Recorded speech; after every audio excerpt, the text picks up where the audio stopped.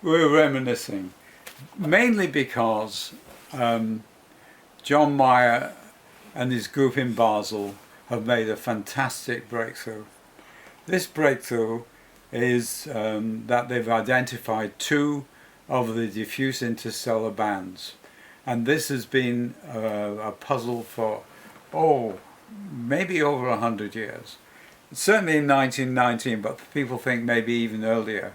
Some bands were observed in the spectra of stars, and the bands didn't move. Some of the stars, they're rotating binaries, and so if the spectrum is in the atmosphere of the star, it moves with the Doppler shift, and these didn't. And in 1934, Merrill showed that these bands, first observed by Hare, 1919, but possibly even earlier, were interstellar. Now, ever since, astronomers and scientists have been puzzling over these.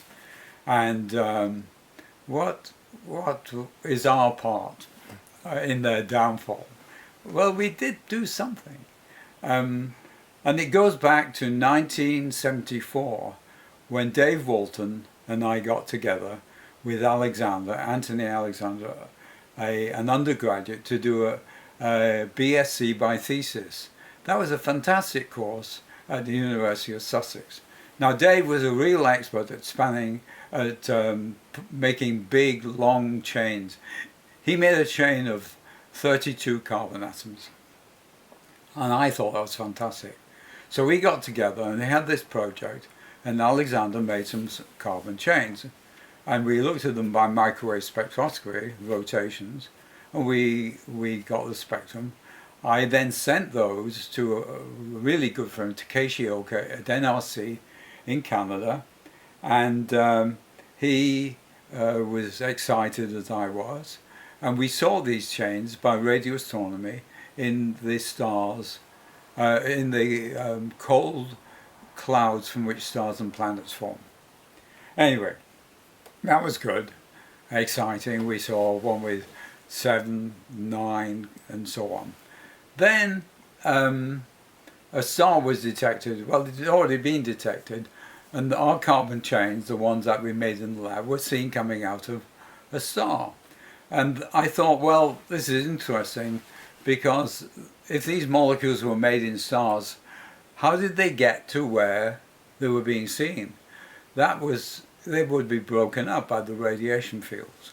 So that led to an experiment which became quite famous with Bob Coe, Rick Smalley, Sean O'Brien, Jim Heath, and Yuan Liu at Rice University in Texas. And we discovered the C60 molecule. Well, that's old hat.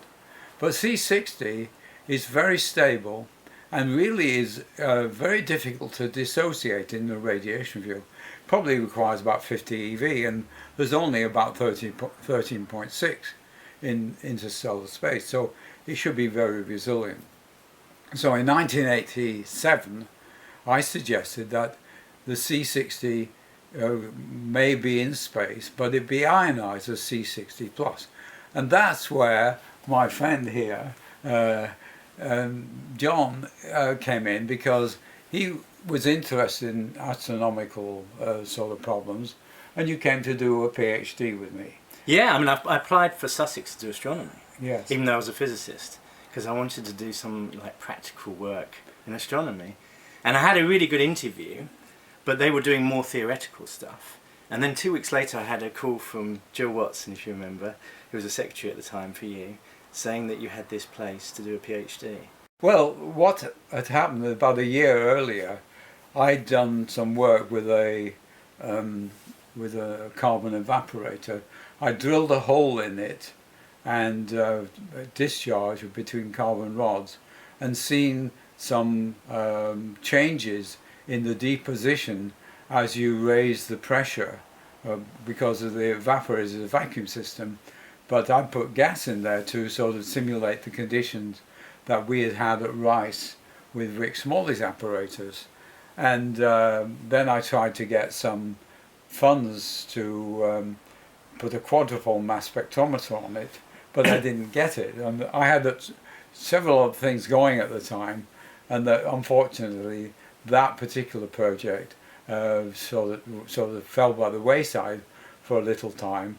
And then when you arrived, John, I was good at making things, good at repairing things, which is what you really needed. Someone who was Yeah. happy to get their hands dirty, make this thing, and not know too much about it. So you could try lots of different things. Nothing was hanging me up about, I shouldn't do this because this chemical won't exist here or whatever. I just did all these things and was very fortunate to be able to make this stuff for the first time. And then a fax, I think, came through from Mike Durer, a good friend, astronomer at UCLA, and he had been to a conference at which Wolfgang Kretschmer had given a presentation that they had detected some infrared bands of C60 in, would you believe it, exactly the same sort of apparatus I'd used just before John arrived.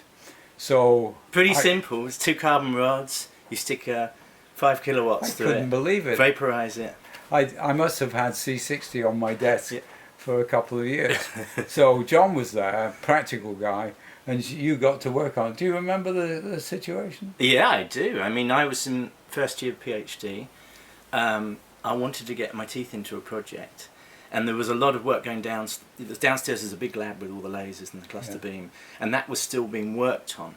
So I was waiting for my time on that machine, and then suddenly I had this wonderful opportunity to play with this bell jar, vaporize these rods, make material in an area that no one really knew about. You know, this crazy idea of vaporizing carbon rods.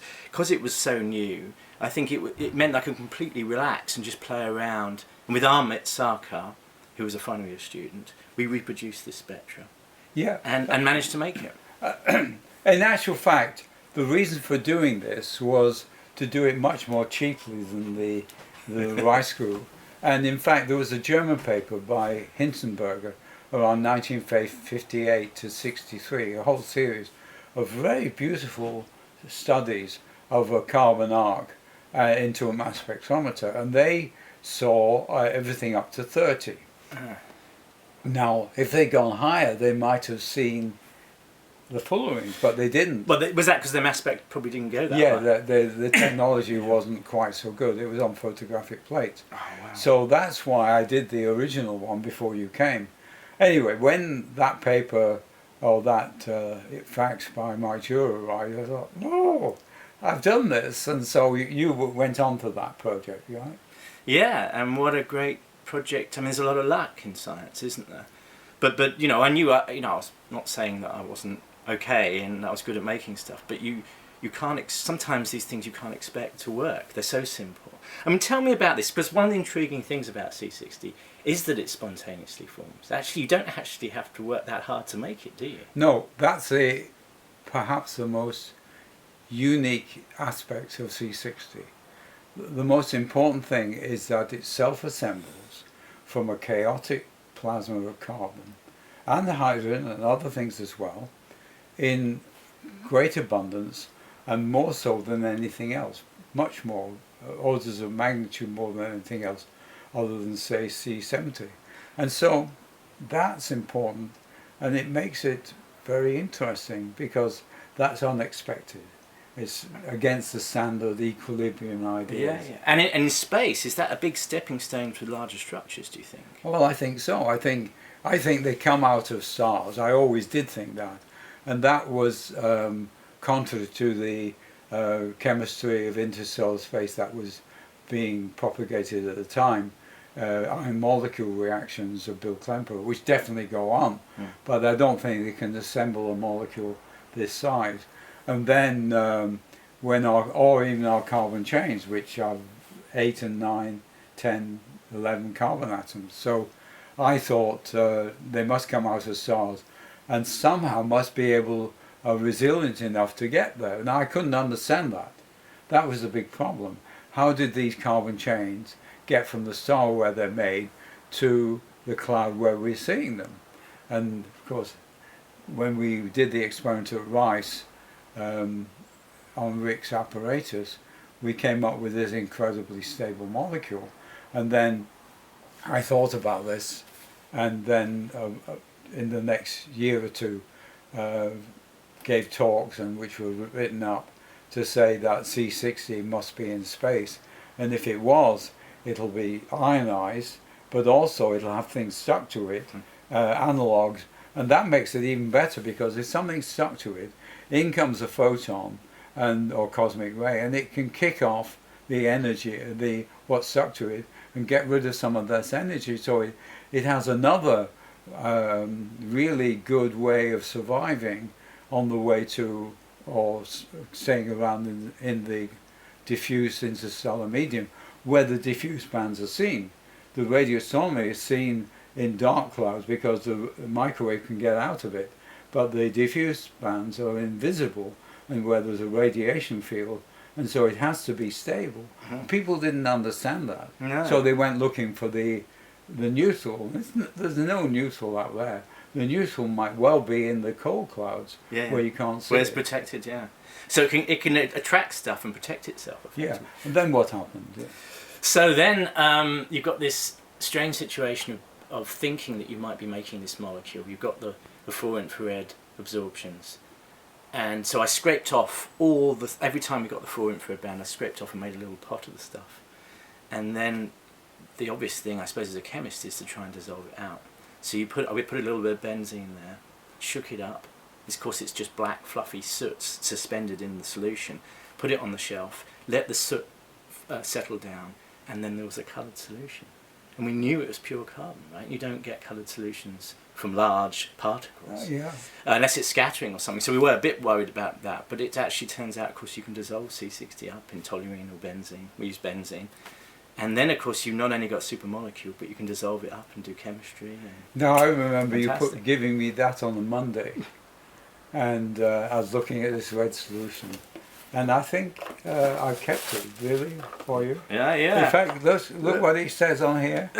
It says John's C60 sample. It's a bit... Oh, it's still got the colour. It's still got the colour, Anyway, we're going to put that historical sample somewhere in the chemistry department at Sussex. We'll work out how to do that. But in fact, you had a mass spectrum, didn't Ali get one earlier? Yep, we got the mass spectrum, we had the full infrared band, so we had some evidence that there's something very interesting there, and we hoped it was there. I kind of wanted it to be there and didn't think too much about it. I just went on carrying on, and that's what you have to do. Didn't you see Kretschmer at some conference? No, I wrote to him, and then he published a paper where he'd made C60 and carbon-13, which shows the shifts. Yes, that was a very good paper. And he referenced me in that, which is so lovely. I mean, the first year PhD, to have your name on a paper as a reference is really fantastic. That was such a boost. He was such a nice guy, and Don is as well. I mean, I think what they did was one of the most fantastic pieces of detective work of the 20th century, and by physicists. Chemistry detective work. Anyway, I guess I was a bit miffed because I'd done this experiment, and I made a big mistake in thinking that there would be very little C60 there, and I needed a quadrupole mass spectrometer attached to the apparatus to see it, and that was a mistake because the infrared was detected. It was in there much greater quantities than anyone thought. Because obviously when you're producing so much stuff, a little bit of C16, so you didn't think much was there. No, but actually it turns out when you vaporize carbon with pure carbon and you allow the energy to escape, it forms massive amounts. It's a magic thing. And anyway, you told him that we were there, and I think he was a bit frightened then because he thought, oh, Hare Kroto's on our trail. Well, I didn't feel too badly because I'd done the experiments ahead of time. I'd been to Shell, I'd been to BP, and I'd been to the Royal Society, and they'd all turned me down on, £12,000. That's all I'd asked for, the mass spectrometer. Anyway, it turned out, as John said, to be as much more abundant than we expected. So you got down to it, and I think you went off hiking over the weekend. Is that right? All my best experiments are done when I'm away. You set up the experiment, do it, leave it, then give it to someone who knows what they're doing, and then you go on holiday. That's the way to do science. Anyway. So I think the mass spec, I went away walking in the mountains, and then the red solution was over a long weekend, bank holiday weekend. There was enough time for the particles to sit. Yeah. And but you know, it was a magical time because these things don't happen very often when you uncover something. Never. So, you know, that's, you know, it doesn't matter what your qualifications are. There's a certain amount of luck in science, and people. That's an important aspect. You've got to keep. That's why you've got to do lots of different things and keep your imagination. I remember saying to Rick, "Well, what colour is?" And I said, "Well, it's going to be pink." And he said, "No, it's going to be yellow." Anyway, so that's anyway. I think that was the Monday, and I was looking at this red solution, very wordy. I mean, the thing is, it's best not to know too much. I thought, is it scattering red? Just because of small particles. Anyway, then I think, did you try to get a mass spec? We had problems with the machine. Actually, it's not. It's funny enough. It's easier to get the mass spec from the soot than it is from the pure stuff because they pack together so well. Yes. So it took a while for people to work out how to get a decent mass spec on this thing. It's not that trivial, and so and the machine was breaking down. It was quite an old machine, so there was a period. In both sides, I think, where it was difficult to get the mass spec. So. And then, of course, on the Friday, I got a phone call from I think Philip Ball. Philip Ball, yeah, from Nature. And he said, "I've got this paper. Would I referee it?" And I couldn't see the hurricane coming. I said, "Well, I know probably as much as anybody else about this." And of course, it was Kroto and Hoffman's fantastic paper. And I looked at this. I was a bit miffed, I must admit. It is an amazing paper, but gee, I'd done this 1986, 80. I looked at the letter that I got from the Royal Society. I didn't realise I'd done it, and they said, "Sorry, go to EPSRC for this." And I'd already been to EPSRC and already got stuff for the cluster beam apparatus. I couldn't go again.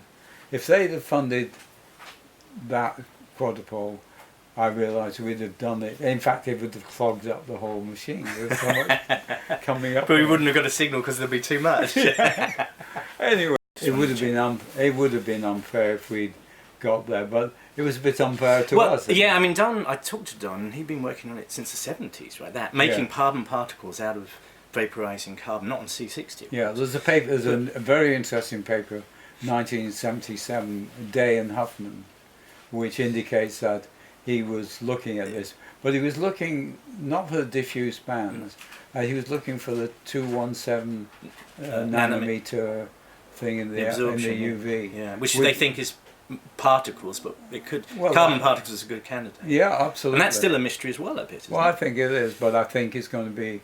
I think it is the particles, but they're too little information. I mean, it's just particles. They're all shapes and sizes, so it's a very rough band. Anyway, that's that, and so we got onto it, back onto it. We extracted it before the manuscript arrived, which was good, albeit 5 days. You should have worked harder, John. But we were in a race we didn't know we were in. Then I guess I was sitting next to Roger Taylor in the coffee room, who's always been a bit, what's the word, not totally convinced about C60. Well, that's, anyway, he was pretty convinced when I showed him the facts. And then what happened, I think... Well, because I'd been stockpiling a little bottle with all these films that had the 4 bands. So I had this little bottle with I don't know, not much, 100 milligrams, 50 milligrams of soot that I collected over with Amit for about 3 months or something. Like, there's a lot of work. Hundreds of vaporizations, and Roger said, "Well, give me it all." Right, well, I must admit, I thought, "Oh, do you know this? I've been working on months on this." So I gave him half of it, and of course, then he went away and extracted all the fullerenes using the sock slit apparatus, which was fantastic. It basically washes it, and then put it on the chromatography column, and then he got these 2 beautiful colours, the magenta and the red. And then, of course, I had to give him the rest of the stuff because what he did was amazing, of course. And then there was a lovely group dynamics because I was making the soot, Roger was doing the chromatography, you and Dave Wharton, and then Cosmos Brasides came in. There was this wonderful kind of dynamic creativity going on where we're all putting in our ideas and you know, imagination, and it felt like a wonderful, like I was at the heart of science. You know, it really was a good time. It was just so exciting. And of course, because I was one of the few people who could make it, I then went to see all these experts with our samples and met all these amazing people. So it was a really special time. I think for me, the great thing was the NMR. You can tell us about that. Yeah, well, I suppose the NMR tells you how many different types of atoms there are in the structure, or different types of environments. And so C60, it's not obvious, but every corner on the football is the same as every other corner. So each atom, in principle, should produce the same resonance. Yeah. So if you can put this in the machine, you should get a one line. And you do. But the C70, which is like the rugby ball, has 5 different lines, or 5 different environments, so you should get 5 lines in the right ratios. And when Roger did the NMR, it was there, the 5 lines in the right ratios. It was really the definitive proof that C60 was the cage, but the C70 was as well. And that was the thing that really, there's nothing else that could have been. Right? Yeah. I think it was Tony Adams who took that NMR spectrum. He was a great guy, actually. Yeah. And he got the beautiful spectrum. And I remember saying, come down to the lab, I've got something to show you. So I went down and he showed me this fantastic line, and he said, but that's benzene. The big strong peak was benzene. But here's this little fella, ugly little thing. I mean, everybody loves your baby, even though it might be ugly. And so that was fantastic. And anyway, I think then we wrote a paper up. And I was going to a conference in Freiburg, I think, and we're going near Heidelberg.